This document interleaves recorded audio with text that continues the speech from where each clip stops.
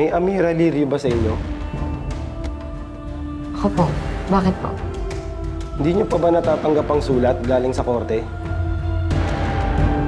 Sinampahan kayo ng kaso ni Franco Terra.